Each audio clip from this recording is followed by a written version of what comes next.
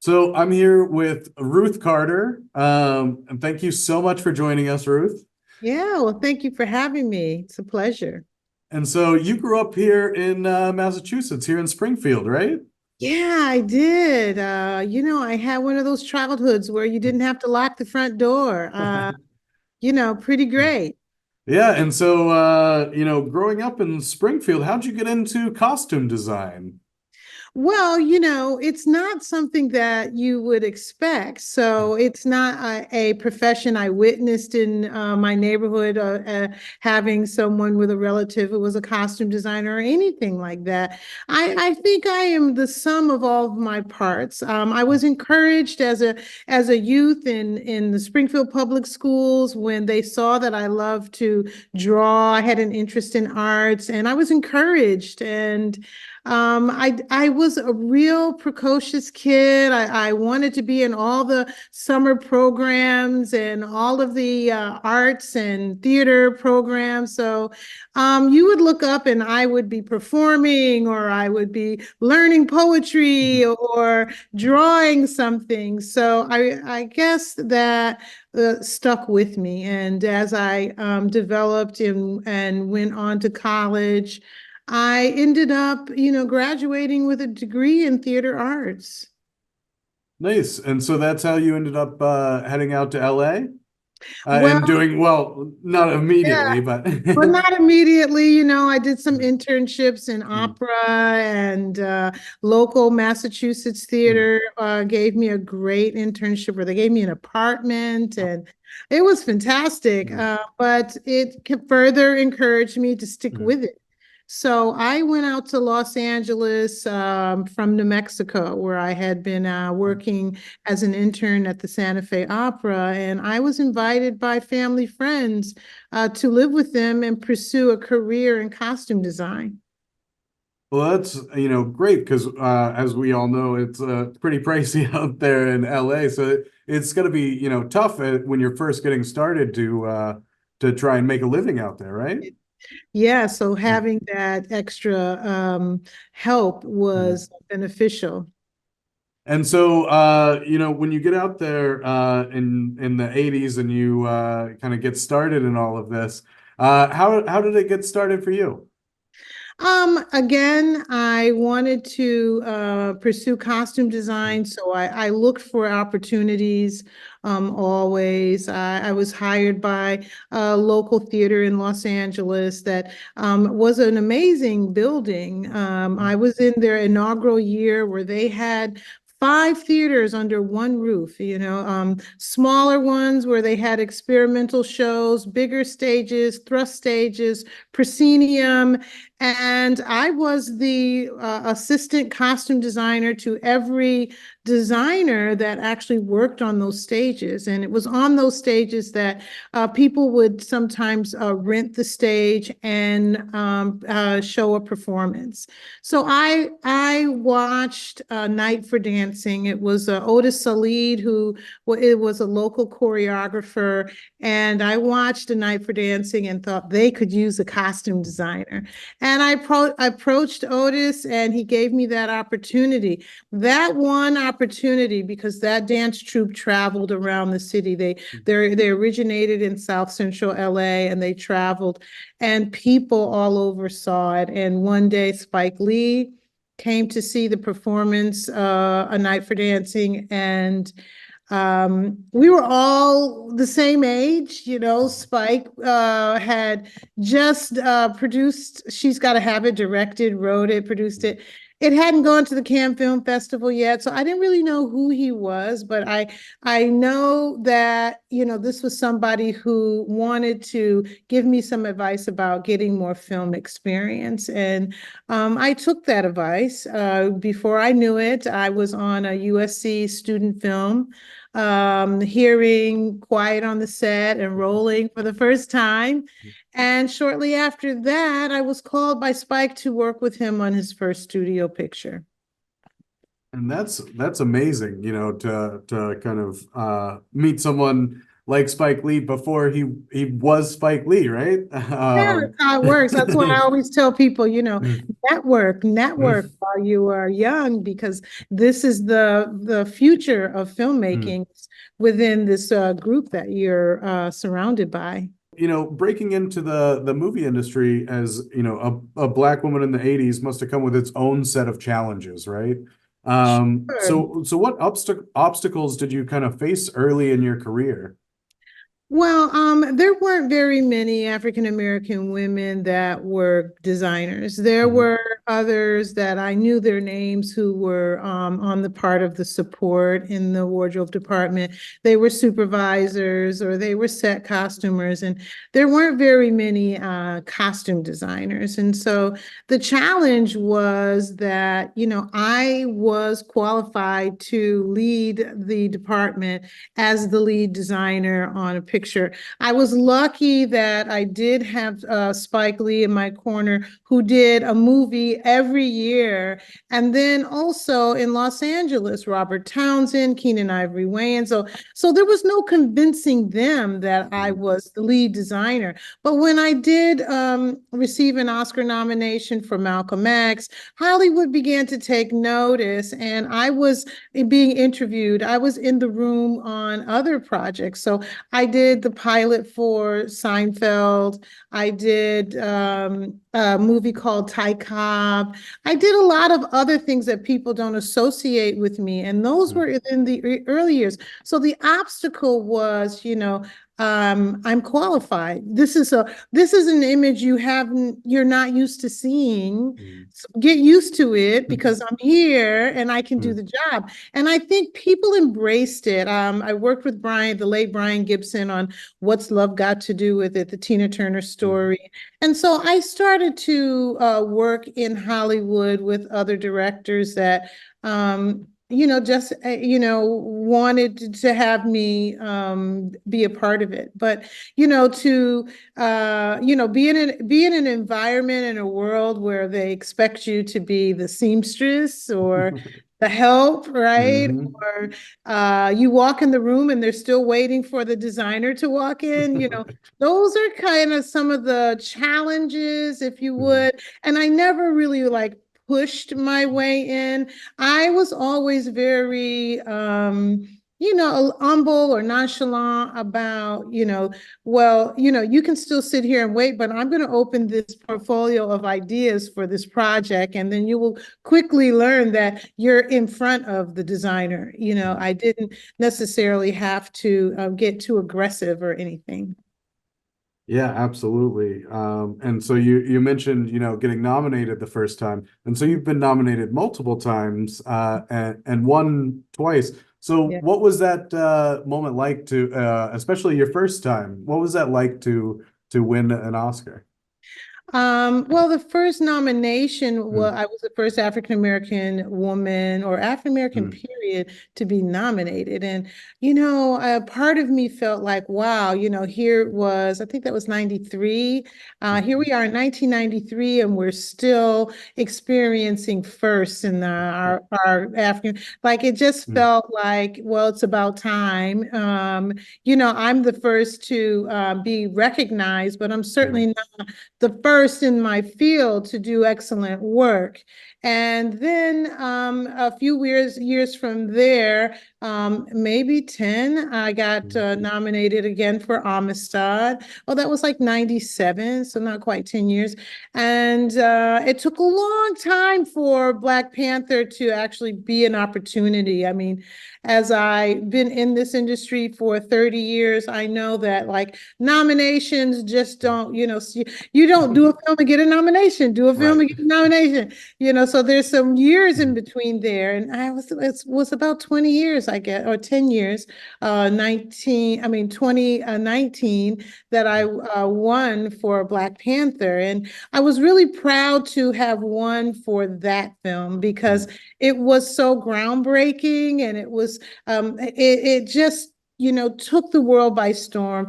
Everyone seemed to embrace it. And the win was actually the way that it was received Mm. by young and old, men and women, Marvel fans, and outside of that, children even. Mhm. That was really wonderful. So the icing on the cake felt like the win. And as I got on stage and accepted the Oscar for a film that I was really proud of, but Spike Lee was in the audience, like maybe, 6 rows back. And I looked at him and I had a little script prepared, but I wanted to thank him because he was the one who took a chance on me. And so I said, thank you, Spike, for my start. I hope this makes you proud. And he leaped out of his chair. Well, I'm sure you made him so proud, and I'm sure he saw it immediately when you started as well. A lot of your work really seems to be at kind of the intersection of the Black history and culture work. Hmm. And I've seen it referred to as like Afrofuturism as Yes, well in a lot of the costume design. sure. So how do you kind of approach the design aspect and incorporate the culture into that? Well, it's somewhat unconscious and conscious. Mhm. I have always been, even from my roots in Massachusetts, been encouraged to know my history, encouraged to know about other streams of celebration, meaning that you don't have to celebrate Christmas. You can celebrate Kwanzaa. You can, learn the alphabet and also learn Swahili. Mhm. I was that kid that was shown, my history and the beauty of the culture through dance and art and literature. And so most people think that I got into this industry because I loved fashion. They want to put the fashion label on me, but really it was culture. It was Mhm. reading Langston Hughes and Sonia Sanchez, being exposed to literature and being able to visualize these words that were written by these profound literary greats. And I feel like I always wanted to see those images. I always Mhm. wanted to like work for NEC, the Negro Ensemble Company in New York. I always had those kinds of aspirations for bringing culture to life. I mean, I went to the Schomburg Center for Research in Harlem, New York, when I was researching for Malcolm X. And a lot of what I saw from the Bettman Gallery and all of these photo essays or photo research studies were what fueled me because I didn't see those people in cinema when we first started. And that's how Robert Townsend with Hollywood Shuffle and Spike with School Days and Do the Right Thing and Mo Better Blues, they all felt like we were not seeing enough of like the truth and the authenticity of our culture and our community. So because it also was something that lived in me, I think we just came together and all had the same ideas about what we wanted to project. And I think that's really where it starts. When I met Ryan Coogler at Marvel, I had never done a superhero film before. I thought, well, why me? Why Mhm. was I asked to come in? Because I'd heard all about, people, designers that work on these Batmans and Supermans and how they Yeah. use, tires as, Mhm. part of the material for different things. And I thought, oh my gosh, I have never really done that. But when I sat in front of Ryan Coogler, I heard him, loud and clear say, I grew up with your films. I loved the films of Spike Lee. I studied him as a film student, and I'm so glad you're here. So then I realized like I have something to offer him. I have something to offer this young filmmaker with a vision for this movie called Black Panther, which I had to bone up on. I didn't really know, much about the Wakanda of it all. Mhm. So when I got that kind of affirmation from Mm, Ryan Coogler that, I know you know how to build worlds. And this is a project where you're going to be building a world. I felt, much more confident. And pretty much that's, I think, what I'm here to do, mm. bring the culture, bring it on. Yeah, and I think you did such a great job with Black Panther, where it really feels like it is part of our world, right? Thank you. Oftentimes with these superhero movies, you kind of feel like, no, that could never, that's not Earth, like Yeah, that's just right. too far out there. But I Yeah, think you or did, Afrofuture, you mm, think Parliament Funkadelic, or yeah. think, Patti Mm, LaBelle, a la mm, 1980. But actually, really, it is just the immersion of culture and technology mm, together, and envisioning this place like Wakanda that was uncolonized. And mhm. what would that look like? It doesn't have to be so unattainable in outer space.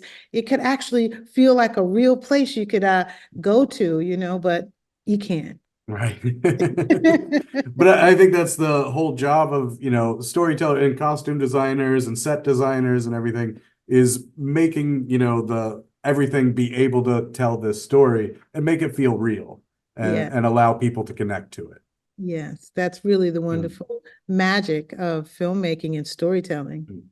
Yeah. So with all of your accomplishments, what drives you to keep pushing boundaries and you know, uh, you know, changing the world with all your costume design?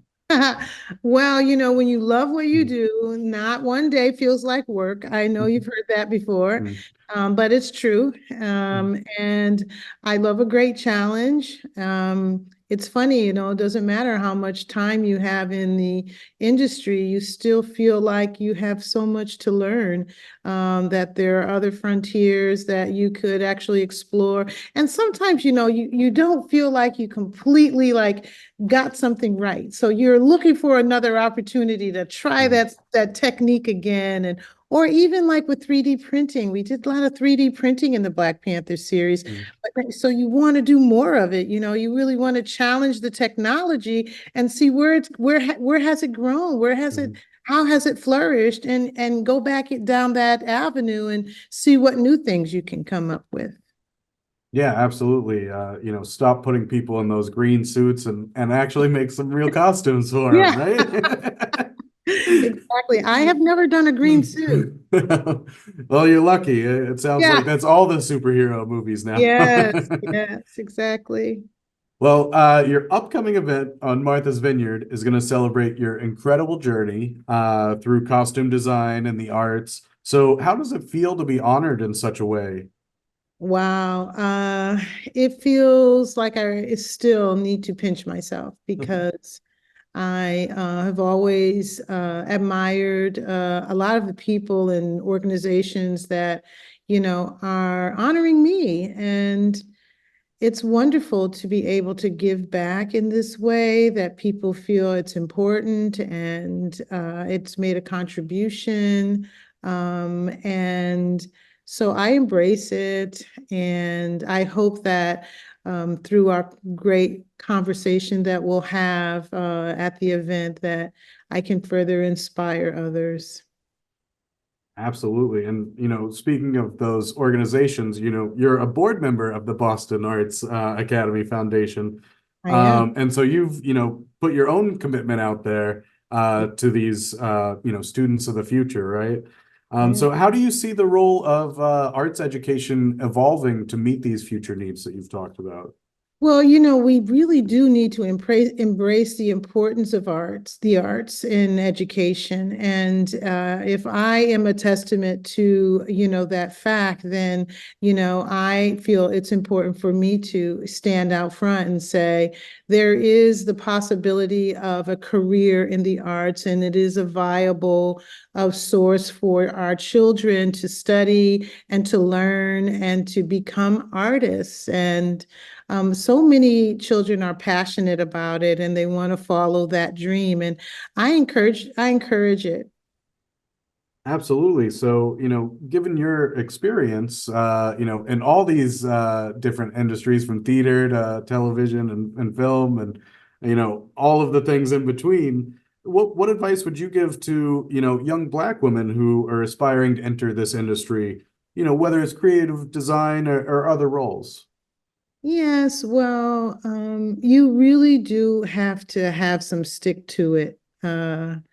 There's so many distractions out there. Your phone is a distraction, Twitter or Instagram and Mhm. Facebook, and there's so Mhm. many distractions. And, the more work that you do towards your chosen passion or your chosen field, the better you're going to be at it. But there's so much time that's wasted on looking into space, Mhm. you there life can be so much more interesting if you study an artist, if you find a mentor that doesn't necessarily have to be in front of you in the flesh. They can be an artist that you just enjoy their work and you want to study how their techniques or how they go about doing it. It can be so much more interesting to read a play or read a book or go to the museum and see an Mhm. artist in real life in person, or go to a talk and hear other people talk about the profession that you want to get into. And then you see that there's a human face to this whole thing. Sometimes we dream so big, we feel like it's almost unattainable. But as long as you are looking at your future in your phone, it may not happen, and it's going to take 40 times the effort to get there. Mhm. So I encourage you to have that stick to itness, but also to, live in the present. Know that you do need to groom your craft, be a student of your passion, and go for real life experiences. Yeah, absolutely. I mean, you started out with your mom's sewing machine, right? I did. Well, I didn't know that that was going to lead to costume design. I just had fun, Mm. creating stuff on that old sewing machine. Well, I think that's, what passion is, right? It's Yeah. what we can do that we have fun and actually enjoy doing. Yes, for sure, for sure. So, as you continue to, win awards and break barriers, setting new standards in the industry, what do you hope your legacy will be? I really hope that, my legacy will be a pathway for other young African American people of color, all races, that will see someone. Not only was she a Black woman who did it, but also she was an artist, and she believed in her work, and she did all these incredible stories. I can be like that. I can do that. If I can inspire generations to come to follow their dreams and to be a student of their passion like I was, then I would love that to be my legacy. Thank you so Well, much for joining great. me, Ruth. Yeah, thank you. That was a nice interview. I appreciate it. Ruth Carter will be honored at the Boston Arts Academy Foundation Honors on Island event on August 17th.